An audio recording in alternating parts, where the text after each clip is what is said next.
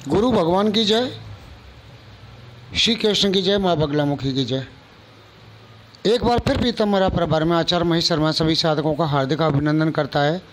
साधकों में आशा करता हूँ कि आप अपने परिवार सहित श्री कृष्ण जी की कृपा से कुशल पूर्वक होंगे, अपने परिवार सहित। साधकों, आज कई दिन बाद वीडियो बनाने का समय मिला है, तो पेशेंट आज कम है, लॉकडाउन लगा है इधर, तो साधकों मैं आपको एक वीडियो बना के दे रहा हूँ। साधकों, एक समस्या, बहुत बड़ी समस्या आ रही है साधकों के सामने कि साधक जो हैं साधना कर रहे हैं लेकिन साधना सिद्ध नहीं हो रही है। ऐसा क्यों हो रहा है आखिर? कभी सोचा है आपने कि ये क्यों सिद्ध नहीं हो रही हैं? यूँ तो साधकों ये साधना क्यों सिद्ध नहीं हो रही है, इस विषय में मैं पहले भी वीडियो डाल चुका हूँ कि बात वीडियो के माध्यम से आपको बता चुका हूँ, लेकिन फिर भी साधक उसे अवलोकन नहीं करते हैं, और अवलोकन करते हैं भी हैं तो उनका मनन नहीं करते हैं उन बातों का। तो चलो कोई बात नहीं है, इस वीडियो के माध्यम से मैं आपको एक फिर यही बताने जा रहा हूँ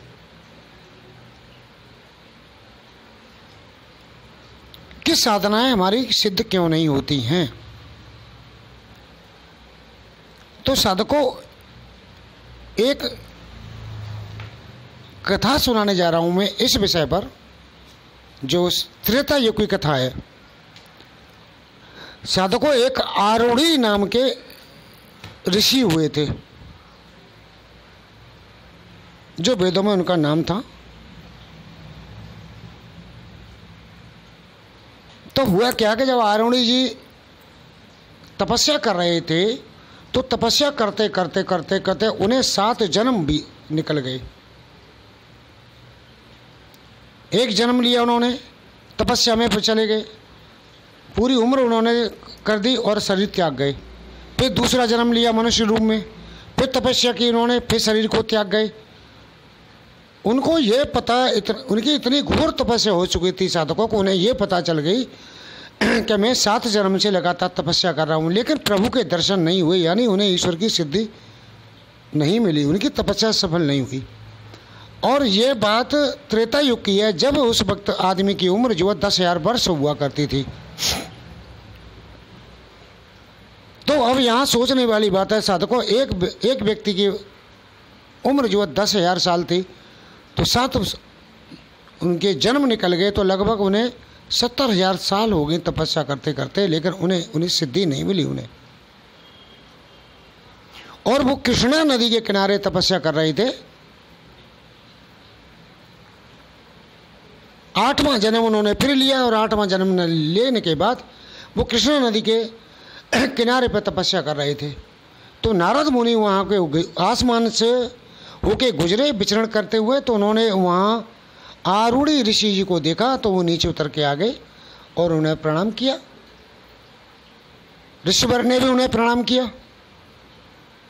दोनों ने कुशल चैम पूछी, तो आरूढ़ी जी बोले, नारद जी आप जो है मुझे ये बताएं, आप तो सर्वज्ञाता हैं, त्रिलोक की बातों को जानने वाले हैं, सभी का वर्तमान भूत भविष्य जानते हैं। आप मुझे केवल एक बात का उत्तर दें कि मेरे 7 जन्म निकल चुके हैं तपस्या करते करते, ये 8वां जन्म मैंने धारण किया है, लेकिन मुझे अपनी मनोवांछित सिद्धियां क्यों नहीं मिली।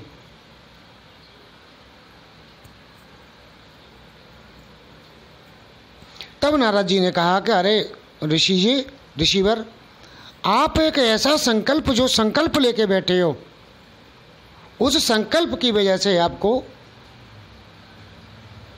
सिद्धियां नहीं मिल रही हैं।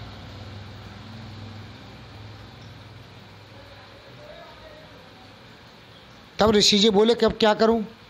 कि यदि आपको अपनी सिद्धियों को प्राप्त करना है तो संकल्पों को त्याग दीजिए, जो संकल्प आप लेके बैठे हो उन संकल्पों का त्याग कर दीजिए।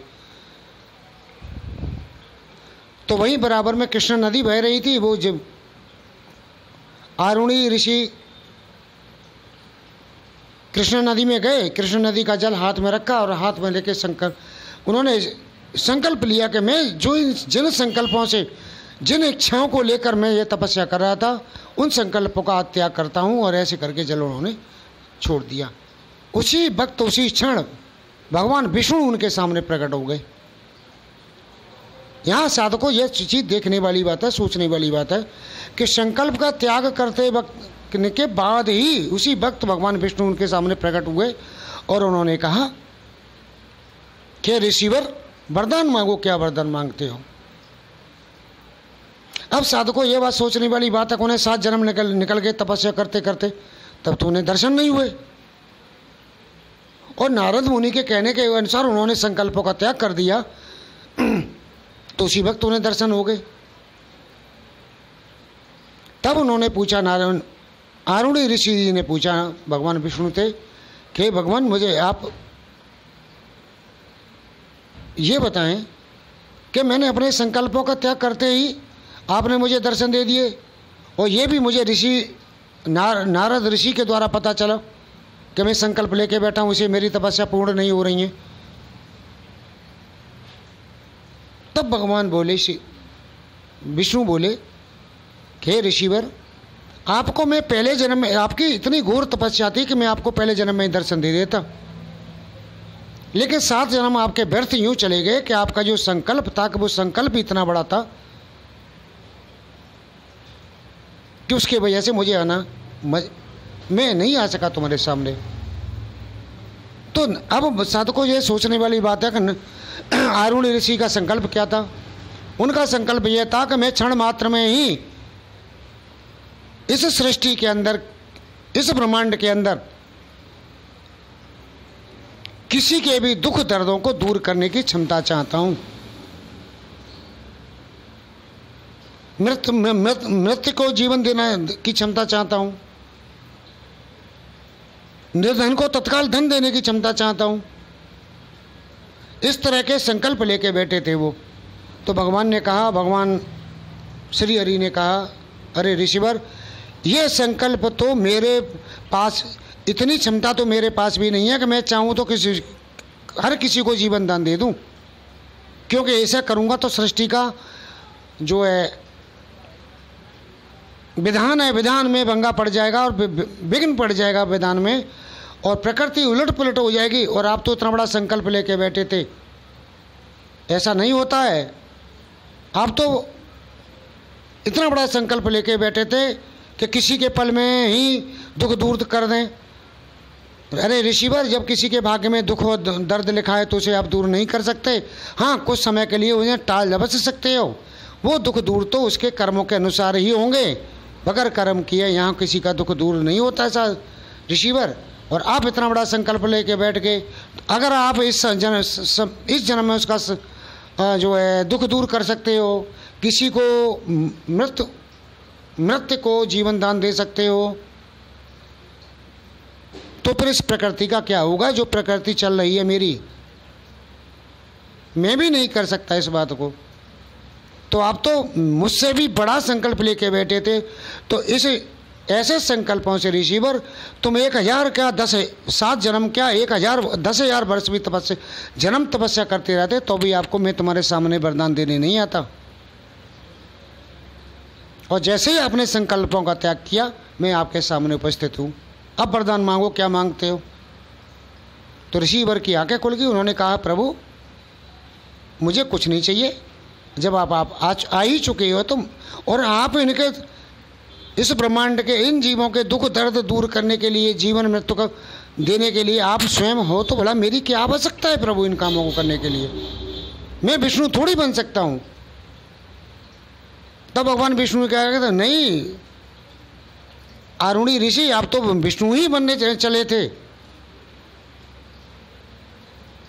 तभी तो ऐसे संकल्प लेके बैठे थे आप। तो साधकों, इस संक्षेप में जो कथा मैंने सुनाई है, इससे आपको समझ में आ गई होगी कि आखिर हमारी साधना सिद्धि क्यों नहीं होती हैं। ये संकल्प है ना हमारे, ये संकल्प हमें साधना सिद्धि नहीं होने देते। मैं बार बार वीडियो में कहता हूँ, पिछले भी वीडियो में कह चुका हूँ, श्रीमद् भागवत गीता ने भी बार बार कहा है कि अर्जुन योग कर और संकल्पों का त्याग कर, उसी दिन तुझे सिद्धि मिल जाएगी। ध्यान योग कर और उसी दिन संकल्पों का त्याग कर, उसी दिन तेरी सिद्धि मिल जाएगी। लेकिन साधक करते नहीं हैं, संकल्प उनके बार बार बने रहेंगे।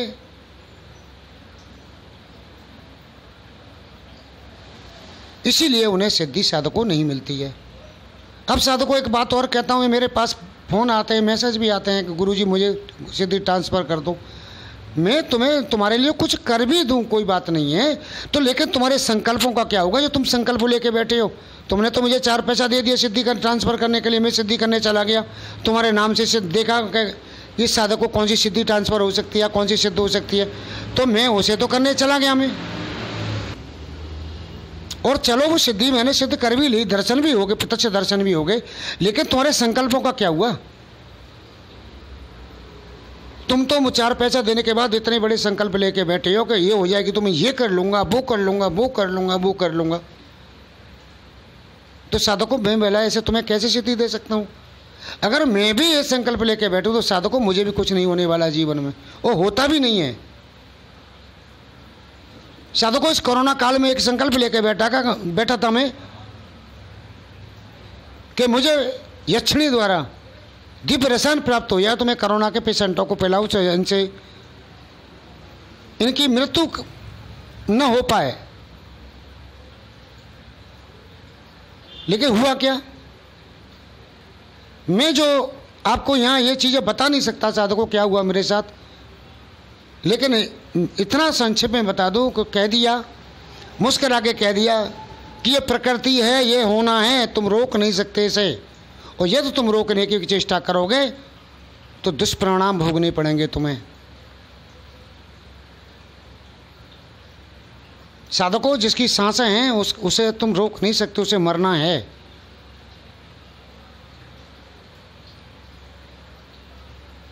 तो मेरे प्रिय साधकों, मैं इस वीडियो के माध्यम से केवल इतना ही कहना चाहूँगा आपको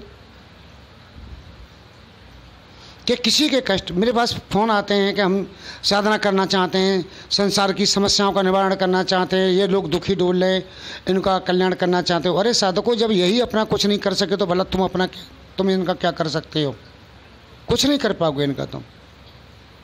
जब भगवान श्री कृष्ण ने इनको जन्म दिया है, इनके कर्म के अनुसार इनको जन्म दिया है, किसी को योनि में मनुष्य योनि में जन्म दिया, किसी को पशु योनि में जन्म दिया, किसी को पक्षी योनि में जन्म दिया है। जब वही उनका कुछ नहीं कर सकते क्योंकि वे कर्म के अनुसार बरत रहे हैं अपने, तो भला तुम क्या कर सकते हो किसी का। मेरे पास फ़ोन करते हैं, गुरुजी हम गरीब हैं, हम मर गए, हम कट गए। भैया मैं क्या करूं तुम्हारा, बताओ। मैं केवल तुम्हें रास्ता बता सकता हूं, अगर उस रास्ते पे चलोगे तो तुम्हारी गरीबी दूर हो सकती है, तुम्हारी मुक्ति हो सकती है, तुम्हारा भला हो सकता है, तुम्हारे परिवार का भला हो सकता है। लेकिन मेरे बताए रास्ते पे चलोगे तब। गुरु और भगवान केवल रास्ता बताते हैं, चलना तो तुम ही को पड़ेगा। आज मैं भी उनके बताए हुए रास्ते पे चल रहा हूं।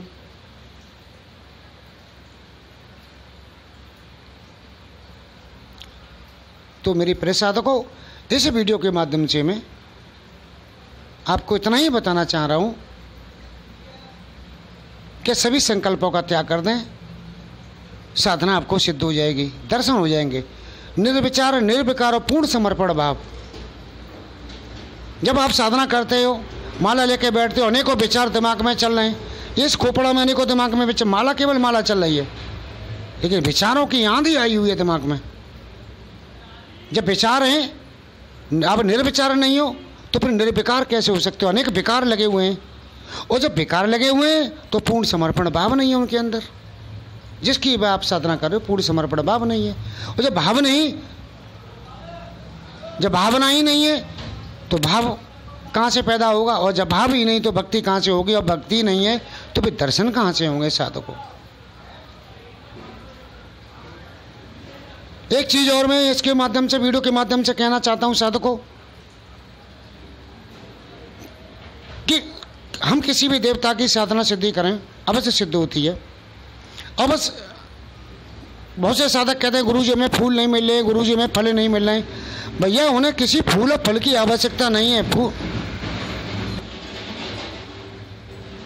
फूल फल तो ये एक भौतिक पूजा है, आप मानसिक पूजा कीजिए। आपको कुछ नहीं मिल रहे हैं तो 2 बूंदें फूल पुष्प लीजिए, वो जल लीजिए, पवित्र जल लीजिए, इसमें डालिए, ऐसे रखिए तर्पण, और उनसे कहिए अद्दम समर्पयामि, पद्मम समर्पयामि, दीपम समर्पयामि, पुष्पम समर्पयामि, नैवेद्यम समर्पयामि। ठीक है। मिष्टान्नम समर्पयामि, जो भी तुम्हारे मन में आता वो समर्पयामि करते रहिए। जल के द्वारा हाथ जोड़ के निवेदन कीजिए, हे माते या जिसकी आप साधना कर रही हो, हे देवी मैं आपके चरणों में नतमस्तक हूँ, मेरे मानसिक पूजा का ग्रहण कीजिए। तो साधकों, मैं पहले भी कह चुका हूँ, मंदिर में जाना तन का विषय है और ईश्वर से मिलना मन का विषय है। आप उनसे मिलना चाह रहे हो तो मन से पूजा कीजिए। ये फूल चढ़ाने से, नई नई मिठाई चढ़ाने से या भोग लगाने से कोई नहीं खाने आ रहा है तुम्हारे खाने के लिए। वो तो भाव को खाते हैं और तुम्हारे प्रेम की जो धार है उस जल को पीते हैं।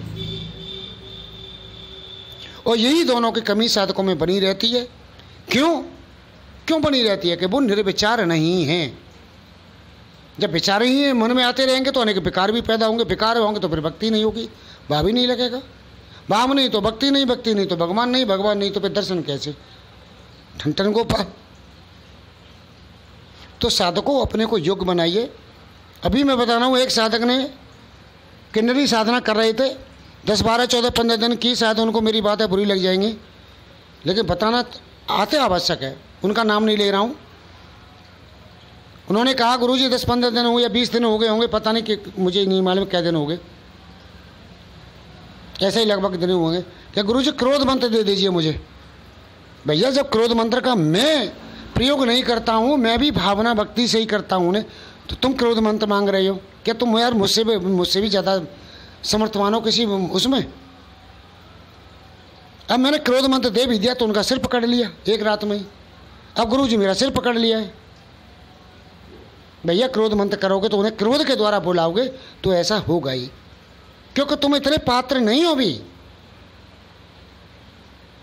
तुम में इतनी क्षमता ताकतवर नहीं हो कि तुम किसी को जबरदस्ती अपने यहाँ बुला के ला सको। तुम प्रेम से ही बुला सकते हो किसी को। तुम इतना या तो इतने बड़े दबंग बन जाओ, किसी को जबरदस्ती, इन देवी देवताओं को जबरदस्ती खींच लाओ अपने यहाँ, दबंग बन जाओ तपोबल के द्वारा, या फिर उन्हें प्रेम के द्वारा बुलाओ। तो इसीलिए मैं क्रोध मंत्र का सभी से मना करता हूँ, क्रोध मंत्र का जाप ना करें, क्योंकि तुम अभी इतने पात्र ही नहीं हो। और क्रोध मंत्र का जाप करोगे तो निश्चित तुम्हारा अनिष्ट कर बैठेंगी वो। साधकों, मैंने भी सच बता रहा हूँ, मैंने भी अभी क्रोध मंत्र का कभी जाप नहीं किया है, क्योंकि मेरे अंदर भाव है, भक्ति है, तो बड़ा क्रोध मंत्र की आवश्यक। और जहाँ क्रोध हो गया किसी को बुलाने के लिए, तो वहाँ भाव और भक्ति की कहाँ रहा? मुझे बताओ, प्रेम कहाँ रहा? प्रेम में कभी क्रोध चलता है? नहीं चलता है। तो साधकों, इस वीडियो से आपको क्या सीख मिली ये मुझे कमेंट में अवश्य बताना। अगले वीडियो में फिर आप, और ये वीडियो कैसा लगा ये भी मुझे बताना। अगले वीडियो में फिर आपको मैं मिलता हूँ। जब के लिए हरे कृष्ण हरे कृष्ण हरे कृष्ण।